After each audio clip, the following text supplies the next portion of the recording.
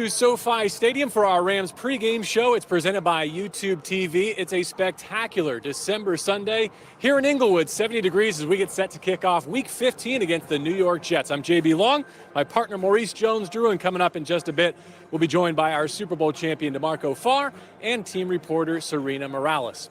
The New York Jets, the winless New York Jets, are in town today to face the Rams. Rams have a chance to get to double-digit wins and to punch their playoff ticket. But their opponent is 0-13, Maurice. So if you were in that locker room, what would your message to the team be? It'd be very simple, JB. This game is about us, our mentality, where we're trying to go. Less about the team that we're playing against and their record, but how are we going to execute our game plan? How are we going to impose our will on this team and continue to get better week after week? The Rams have gotten so much better from that game against the Niners that it seems like it was months away. And so you want to keep on that trajectory of just getting better and better and better. Again, it's less about them. They're going to talk trash. They're going to do all these different things. We know that. You watch tape, you study. But can we take advantage of the holes in their defense? Can we take advantage of the missed opportunities that they have and the turnovers they have offensively and turn those into points and walk away with a healthy victory? If they can, the Rams will have won 3 consecutive games for the first time this season. They'll be going back to the playoffs for the 3rd time in 4 years, and it would set up a battle for the West in Seattle next week. That's Week 16. But before we get there, how about a nod to Sean McVay, who in his first 4 years has put together 4 consecutive winning seasons? What does that mean for this franchise? For this franchise, for the NFL, for the city of Los Angeles, it means everything. You're a consistent winner. I've been a part of teams where winning it seems like it's few and far between, but this team has found a way to stay positive and win in some of the toughest times. Last year was one of the toughest seasons I know a lot of these guys have been through, and for them to find a way to get to that 9th win and make it a winning season is huge. And then you're able to go into a season where we've talked about this. This is kind of like, hey, you don't have Todd Gurley, you don't have Brandon Cooks, but to find a way and scratch and claw and get victories, it's called confidence is what you're starting to build in this team. And everyone here in this city, in this organization, in that locker room, they expect to be winners week in and week out. Especially on the defensive side of the football. You go back to the summer and Brandon Staley is replacing Wade Phillips. He's a first-time NFL play caller. And he comes to Los Angeles, and is this the best-case scenario? Could anyone have anticipated this? I don't think so. Not only do you lock up a bunch of star players defensively, you bring some guys in, but then your defensive coordinator is stifling some of the more brilliant minds or guys that have been in this league offenses for a long time. I mean, the way they've shut down Pete Carroll in Seattle, what Russell Wilson's been able to do, the way they've shut down or bounced back against the Buffalo Bills and had a great second half, they've continued to impress week after week after week. And it does help to have Aaron Donald and Jalen Ramsey on this roster. Well, it makes it a little bit easier for him, but he's done a terrific job. Well, Mo, in terms of points allowed, they've been leading the way throughout the NFL from start to finish. I mean, it's been a really strong effort, especially in the second half of games like that one at Buffalo you pointed out. But lately, the sacks are starting to pile up, and the takeaways, too. 3 straight games they've scored on defense. Well, they say takeaways, sacks, and turnovers come in bunches, and that's what it seems like. It seemed like the Rams were right there every time. They were getting sacks here and there, and then all of a sudden, it felt like maybe week 9 or 10, it was just like sack, sack, sack, sack, sack. All of a sudden, interception, turnovers, forced fumbles, and the way this defense flies around is unbelievable. And the best thing about it, everyone plays around 99. 99 is the thing that makes this thing go. It opens up for Leonard Floyd on the outside, Obo Okoronkwo on the outside, opens up for those DBs in the back end, Fuller to get those type of overthrown interceptions or tipped interceptions. And the other thing is, when the ball's thrown to these DBs like Darius Williams, they go and get it. They go and make interceptions, and everyone is doing their part right now. Normally when you talk about sacks, takeaways, and the New York Jets in the same sentence, you're talking about DeMarco Farr's breakout performance in 1995 against Boomer Esiason. DeMarco, tell us about this. 3.5 sacks and your first career interception? Let's just say Boomer Esiason is one generous person. It was great. It was fun. It's a lot of fun. I mean, it kind of mirrors what's going on here. We weren't as good as this football team, this Rams club, but we were better than the Jets, and we went out there and proved it on defense and just had a great day. So I would imagine the same thing happens today. But you guys were talking about takeaways and turnovers and whatnot, and this defense has been spectacular. The last 6 weeks, they've been great, but all season, 21 takeaways. But just imagine how good this defense would be if the Rams offense didn't turn the ball over as much. I think with there's 5 teams with 21 takeaways or more. and the Rams are the only team with a net differential of 0. Pittsburgh is plus 11, Miami's plus 11, Indy's plus 10. So imagine if you didn't turn it over as much on offense with this group. So they could actually get better. And thinking about this defense and defensive line in particular, I got 2 questions this week. One was, is this the best defense I've ever seen as a broadcaster for the Rams? And I had to think about it. And I said, wow, 2018, actually, that defense wound up in the Super Bowl, and they made plays when they had to. They were special. But this defense here, this group, Brendan Staley's group, they play hard all the time. They make every single play they should make, plus a bunch of ones they should not make. So they're dynamic, and they have a chance to get better, and they have the right opponent for today. This should be a stifling day for this defense. They should be all over the Jets. So when you think about sacks and you think about this defense, like Maurice said, the first guy you think about is Aaron Donald. The second question I got was, hey, why did Aaron Donald shrug when he got the sack over the left tackle? Well, I said that means he got his black belt. He's no longer just a 3 technique. He's moved into rarefied air.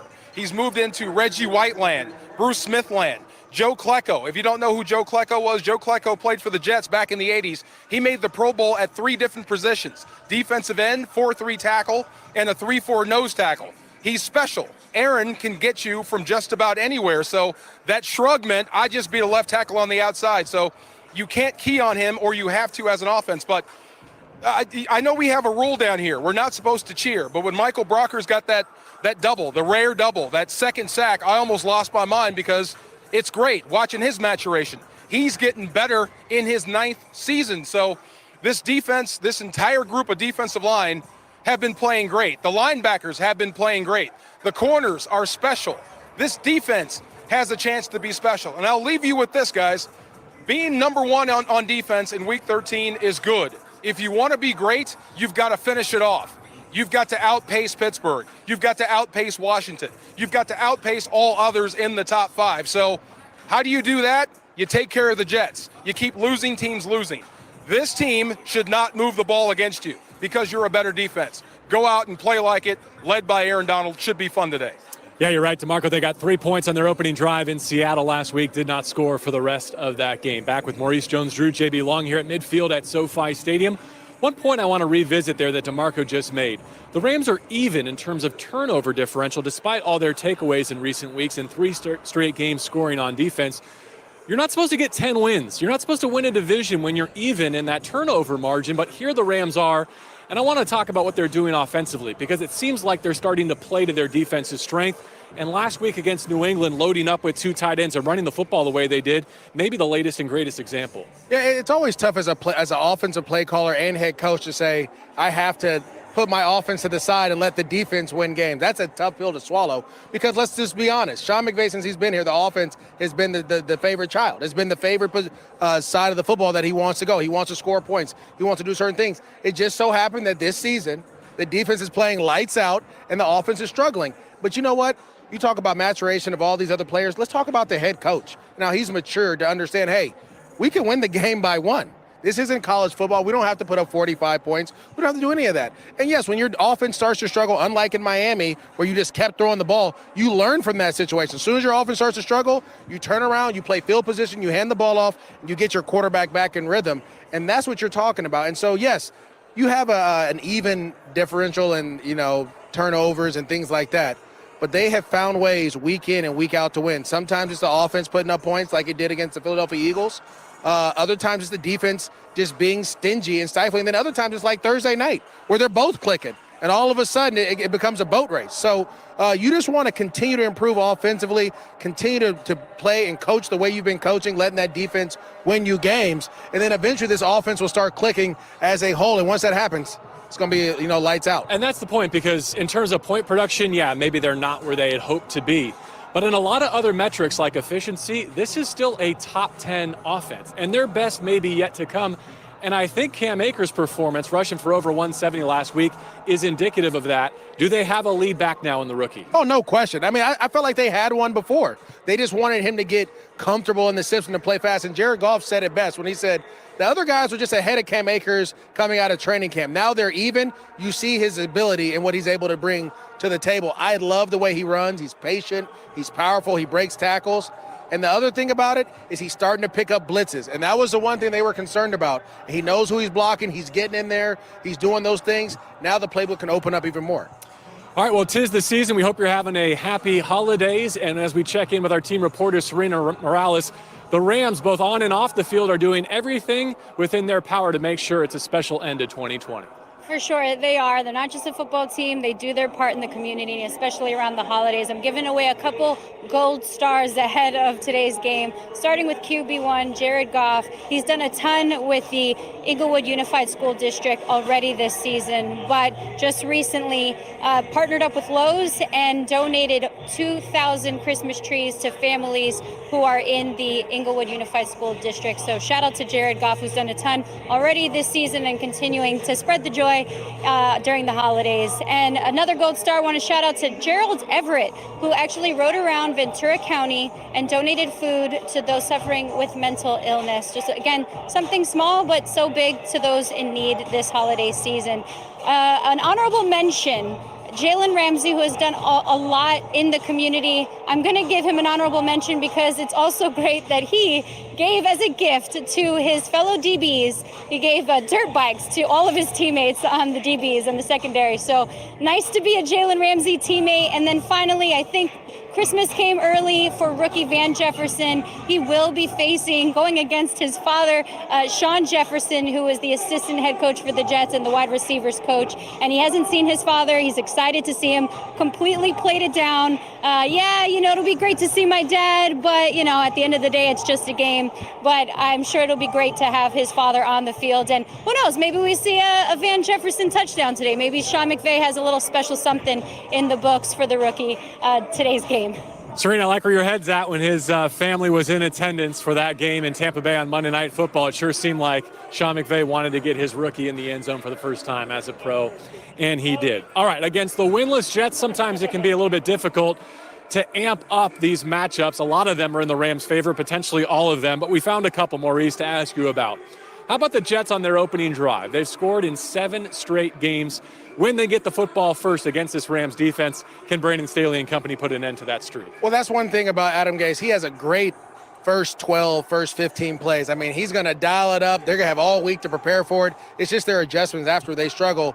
But I believe that there is no adjustment for Aaron Donald up the middle. There is no adjustment for the pressure that this Rams defense can get to and the way they cover guys down the field. So I would say this is a matchup that I would love in the Rams' favor. I think it's going to be a 3-and-out punt to start this game off. And I think Sean McVay goes and kicks the ball or defers so he gets the ball at halftime and you start the game off the right way. The other matchup I have for you is Frank Gore against Father Time.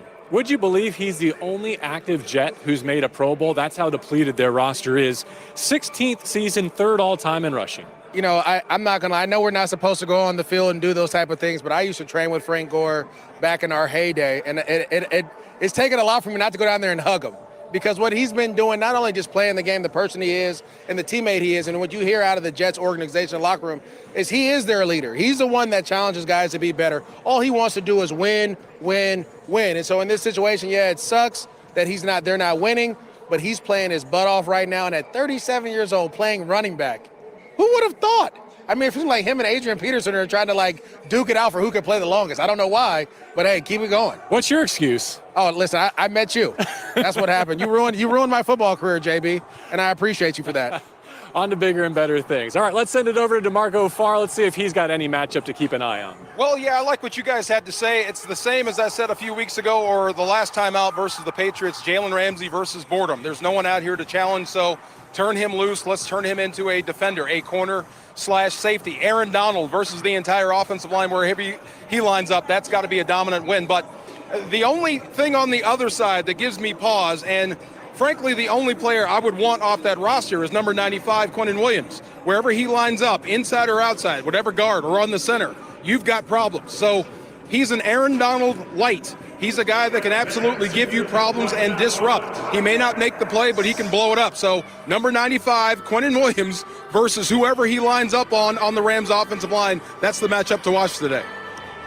Yeah, DeMarco, I'm going to go on the other side of the ball with Jared Goff in this offense. It's maybe not the matchup to watch for, but more of how this Rams offense takes advantage of a 30th place ranked defense with the Jets. And so I want to see the Rams kind of fine-tuning their car, right? Let's get the oil change before we have to face the Seattle Seahawks and the Cardinals. Let's get our wide receivers, working and chugging a little bit. I want to change the air filters. I want to get Tyler Higbee the ball more. I want to see Gerald Everett get active. I think for the Rams, when it comes to Jared Goff, let's protect the ball, continue doing what he's doing there, but also take advantage and kind of fine-tune things, because you've got two more divisional games with the Seahawks and the Cardinals before hopefully we clinch a playoff berth against the Jets today. But those fine-tuning, let's get guys active and get guys going against this Jets defense.